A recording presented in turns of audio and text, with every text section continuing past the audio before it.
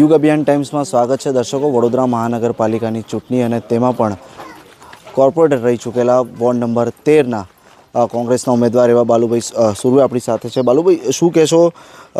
અવિરત સેવા તો કરી છે વિસ્તારમાં, પરંતુ ફરી એકવાર પાર્ટીએ વિશ્વાસ મૂક્યો છે। કેવા પ્રકારનો પ્રતિસાદ લોકો તરફથી મળી રહ્યો છે? આજ રોજ અમે સુભાષનગર મહાકાળીનગર વિશ્વામિત્રી પાસે લોકસંપર્ક માટે આવ્યા છે 4 ઉમેદવાર સાથે।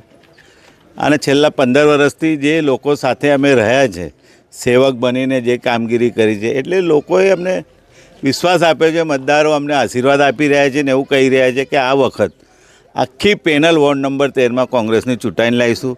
કેમ કે અમારો અનુભવ થયો ને સામેવાળાનો બી એમનો અનુભવ થયેલો છે। એટલે કહે છે કે 15 વર્ષ તમે અમારા દુઃખ સુખના ભાગીદાર બન્યા છો।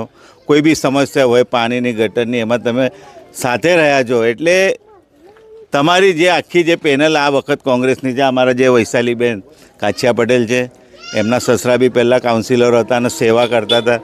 એમના ઘરેથી સત્યપ્રેમભાઈ જે છે એ પણ કાછિયા સમાજના પ્રમુખ છે। બીજા જે વરુણ માળી, એમના દાદા બી કોર્પોરેટર નવાપુરા વિસ્તારમાં રહ્યા હતા, એ સેવા કરતા હતા ને એ જ પ્રમાણે એમના ઘરમાંથી બાબો બી સેવા કરશે। અને જે પ્રિયંકાબેન મકવાના છે, એમના સસરા રાજુભાઈ મકવાના તમે જાણો છો, છેલ્લા ઘણા સમયથી બકરાવાડી વિસ્તાર હોય કે વોર્ડ નંબર 13માં ખૂબ સક્રિય છે। એટલે એવા બધા અમારા જે ઉમેદવારો છે એ બધા અનુભવી છે, સેવા કરવાવાળા છે। અને જે સામેના ઉમેદવારો આપ જાણતા હશો કે વોર્ડમાં રહેતા પણ નથી, તો પણ અહીંથી ઉમેદવારી નોંધાઈ છે, તો ઠીક છે, પણ બહાર રહે છે। એટલે મતદારોને અમારી એટલી જ અપીલ છે કે કોર્પોરેશનની ચૂંટણી છે, આપણાને કોઈ પણ સમસ્યા હોય, લાઇટની હોય, ગટરની હોય, તો આપણે તરત આપણો એવો પ્રતિનિધિ હોવો જોઈએ કે તરત જ એને ફોન કરે ને સ્થળ પર આવે ને તરત કામ કરે। હવે આટલા દૂર માણસ રહેતા હોય તો 2 કલાક પછી આવે તો ક્યારે સમસ્યા કરે। એટલે અમારા જે ઉમેદવારો છે તમામ વિસ્તારના છે, અનુભવી છે, અને 15 વર્ષનો જે અમારો અનુભવ છે એનાથી લોકો, પ્રજા અમને એવું કહી રહી છે કે આ વખત બાળુભાઈ તમે જે સેવક બનીને જે કામગીરી કરી છે એટલે તમને આ વખત આખી પેનલને ચૂંટાઈ લાવીશું। પણ શું લાગે છે, ભારતીય જનતા પાર્ટી ચુનૌતી આપશે ખરે? કારણ કે એ લોકો પણ એડી ચોટીનું જોર લગાવી રહ્યા છે આ વખતે વોર્ડ 13માં ખાસ કરીને। આખા વડોદરા શહેરની વાત કરીશ કે તમે જોઈ શકો છો, માજી મંત્રી, પૂર્વ માજી મંત્રી આપણા આદરણીય લાખાવાલા સાહેબ એવું કહેતા હોય કે વડોદરા શહેરમાં આજે 5 વર્ષમાં જેટલો ભ્રષ્ટાચાર ને એટલી ખરાબ પરિસ્થિતિ કોઈ દિવસ થઈ નથી।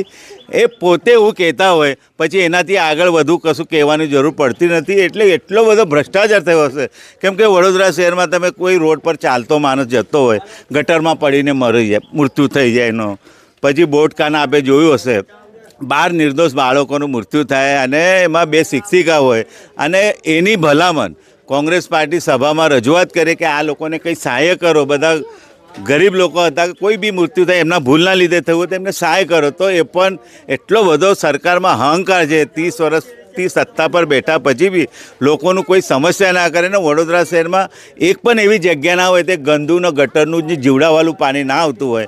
એટલે અમે એવું કહીએ કે અમારી કોંગ્રેસની સરકાર આવશે જે પહેલાં સર સયાજીરાવ સમયથી લોકોને 2 ટાઈમ ચોખ્ખું પાણી મળતું હતું, જે વિશ્વામિત્રીની હાલત હાલમાં કરી છે તમે જોઈ શકો। ગટરના વડોદરા શહેરની તમામ ગટરો વિશ્વામિત્રી નદીમાં છોડી દીધી છે। પહેલાં વિશ્વામિત્રી નદીનું ચોખ્ખું પાણી આવતું હતું, હવે તો એકદમ ગટર જેવી।